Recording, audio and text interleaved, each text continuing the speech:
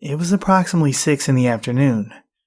Me and some friends from the area were having a good time walking from the forest to the village where we were staying. A friend and I got ahead of the rest, and when we were about to reach the end of the forest path, we saw something that looked like a person bent over picking up rocks. At first, we thought it was one of our friends who had taken a shortcut. When we got closer, we saw that it was just a dog. My friend thought it was funny that we had mistaken a dog for one of our friends, and he ran back to tell the others about it, leaving me alone. I got a little closer, and the dog turned toward me. It was quite large. I wouldn't say it was a wolf, but maybe a mix between a wolf and a dog, which apparently is very frequent in the area. Next, the animal got up on 2 legs, walking in a similar way as a man would, and disappeared in the undergrowth and trees surrounding the path. No one believed me. My friends and I had had some beers up in the forest, and they thought that I was drunk. But I wasn't. I know what I saw. I did some research, and there are a lot of werewolf stories in that area, but I'm not quite sure about it. Do you have any idea what it could be?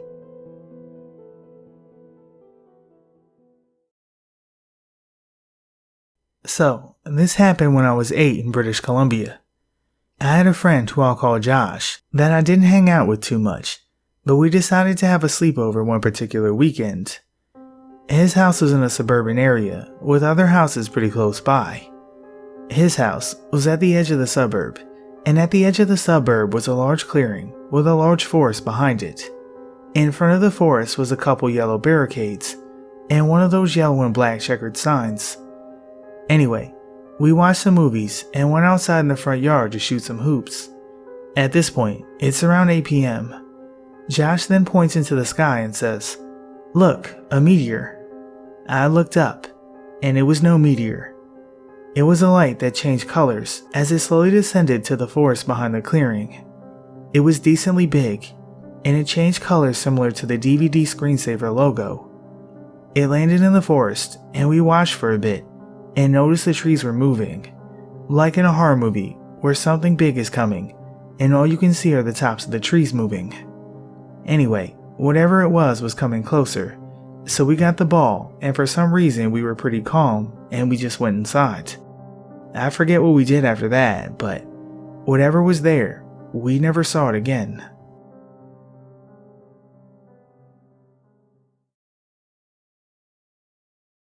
It was Boston, the dead of night after Christmas Day of '84, and I had just turned 4. It was a good year for presents, and one thing I got was a tent bed, a pop-up tent that fit over my mattress. I slept on one side of the house, while my parents and 3 sisters slept on the other, separated by the kitchen and living room. It was a very old house. I woke up in the middle of the night to a noise coming from the living room. It sounded like random digital tones. I recognize now like the first 10 seconds of ELO's telephone line. I was clutching my Cabbage Patch Kid doll.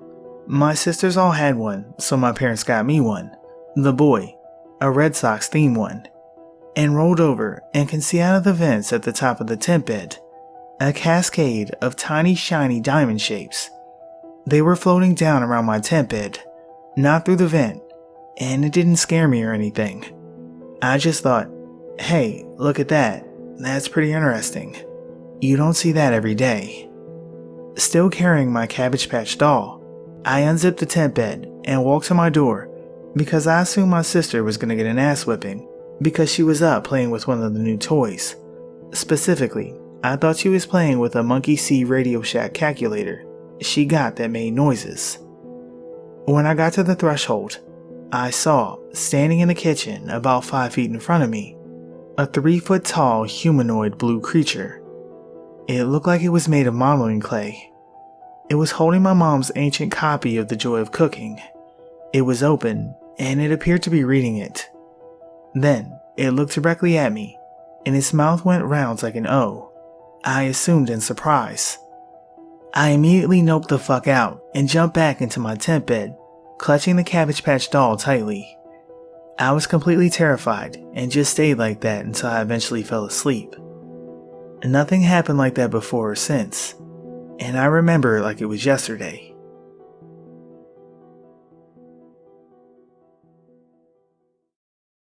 I work in an elementary school in a fairly rural part of Alaska.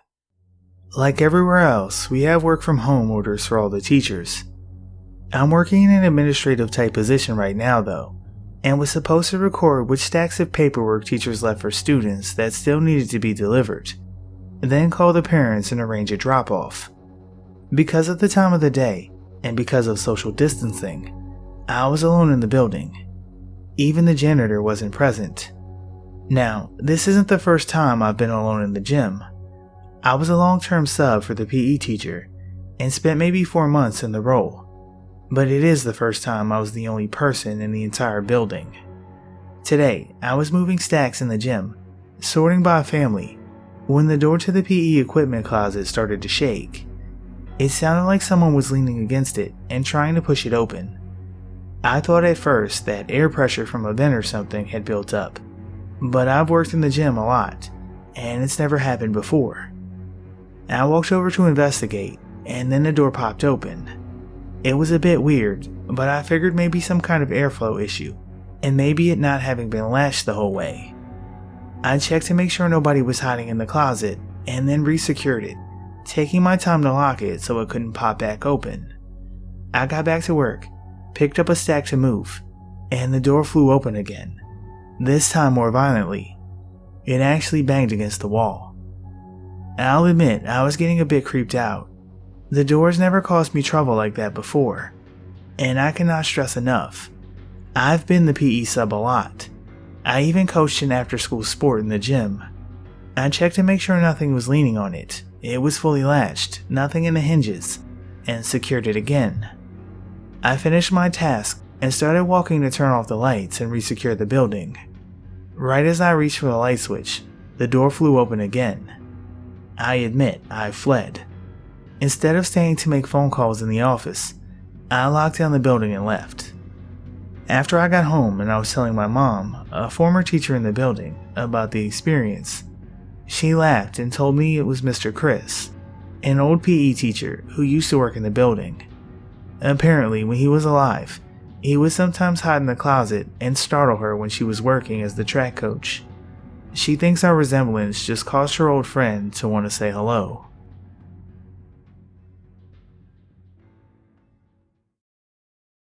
This happened to my wife 30 years ago, when she was 12.